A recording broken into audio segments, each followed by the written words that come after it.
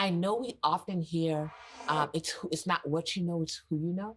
And that's true in the workplace.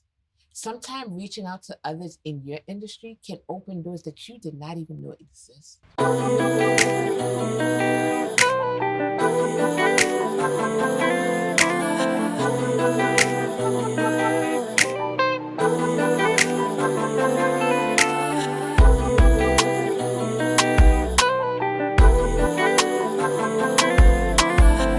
Hi, guys. Welcome back to the Check Yourself podcast, where we remind ourselves to reflect, improve, and grow, not just in the workplace, but in every aspect of our lives.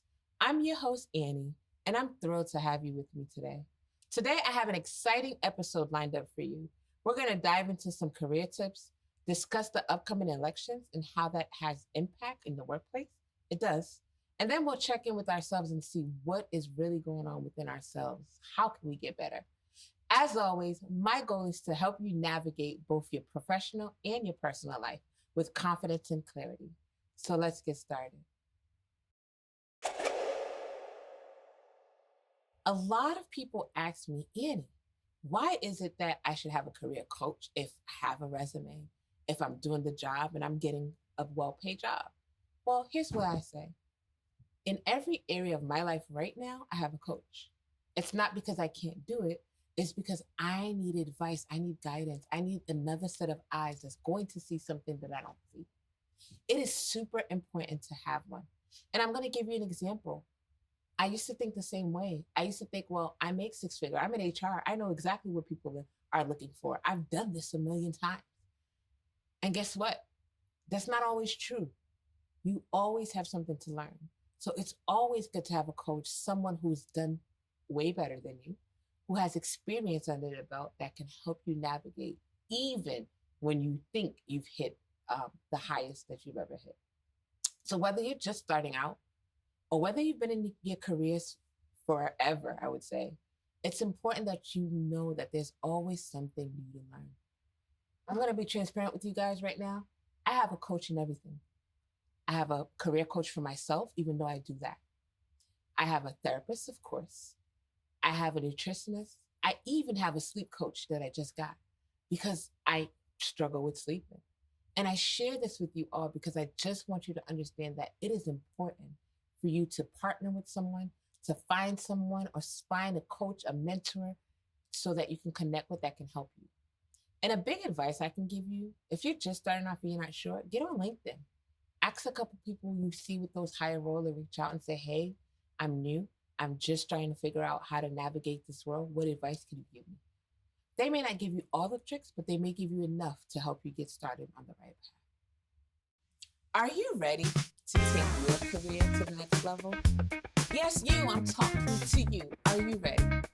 Listen, here's what I want you to do. Open up that tab right now and type in www.elevateconsultingsllc.com and book your call with me. I promise you, you will not regret it. Another thing that people don't think about is external factors and how they can influence your job. An example is like this upcoming election. It might seem unrelated at first, but the political climate can have a big impact on your job market, industry regulations, and even your company's stability. So take some time to educate yourself on the candidates' positions, especially those that affect your industry. I'm going to give you a quick example. If you're in the hospitality industry, right now there's a big push for collective bargaining agreements, right? And if you don't know what that is, that's the union. That's when unions get involved in negotiating the contracts. That really has an impact on you because that affects how much you get paid. That affects the percentage you get in your raises, whether it's 3 to 5%. It really impacts your PTO. There's so much that goes into it. Now, the Biden administration was really big on that. But if Biden doesn't get elected, if it's not a Democratic person that gets elected, you have to do your research and figure out where the Republicans stand and then make a decision to vote. So when folks say to me, I'm not going to vote, it makes me wonder, do you care about your job? Do you care about the things that impact your workplace? Do you care about your school system that your kids are in? Because that's also impacted. Do your research. I highly suggest that as you are watching all these Democratic and Republican conventions, that you are finding out what's important. You're finding out how it impacts you in your life because it does. And then make an informed decision and go vote in November.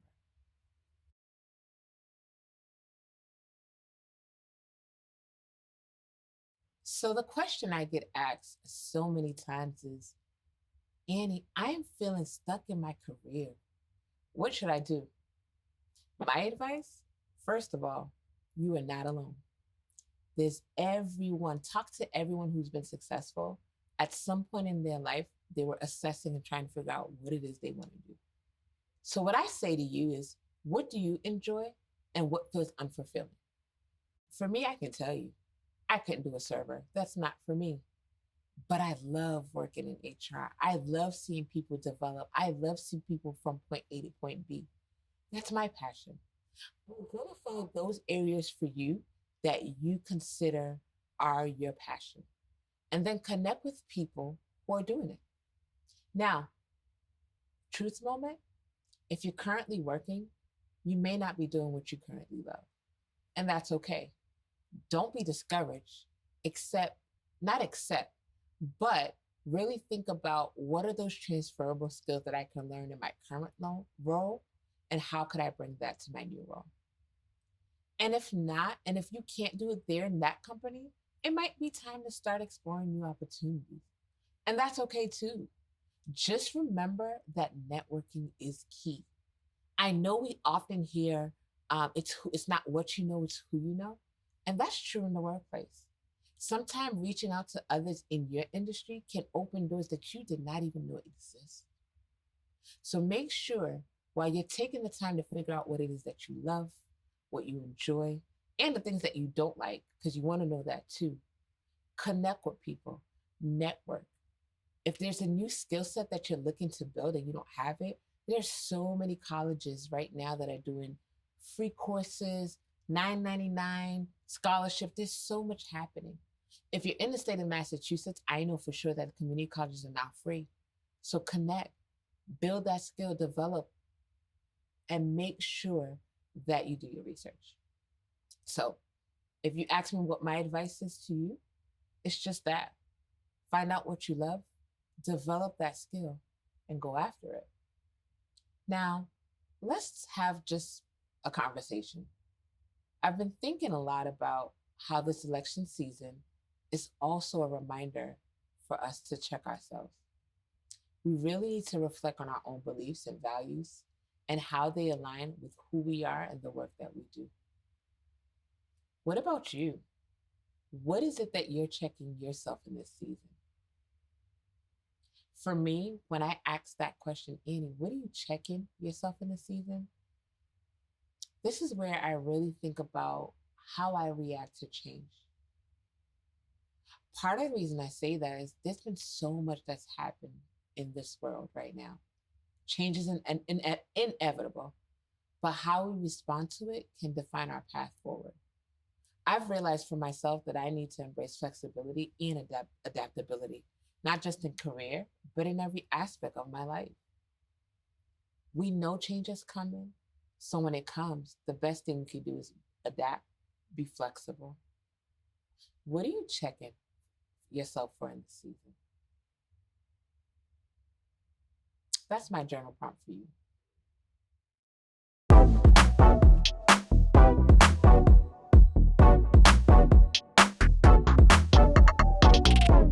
Before we close out, let's quickly recap what we covered today. We talked about staying informed during the election season, shared career tips for navigating job challenges, and reflected on how we're checking ourselves in this season. I want to hear from you. Send in your thoughts, your questions, your comments for future episodes. You can connect with me on social media at Check Yourself Podcast _ on Instagram or wherever you're listening to this, whether it's on YouTube or Apple or Spotify. Leave a comment. Your input is going to help me show up better for you. So don't be shy. I encourage it. Again, if you're on YouTube, do me one favor. Make a commitment. Click subscribe.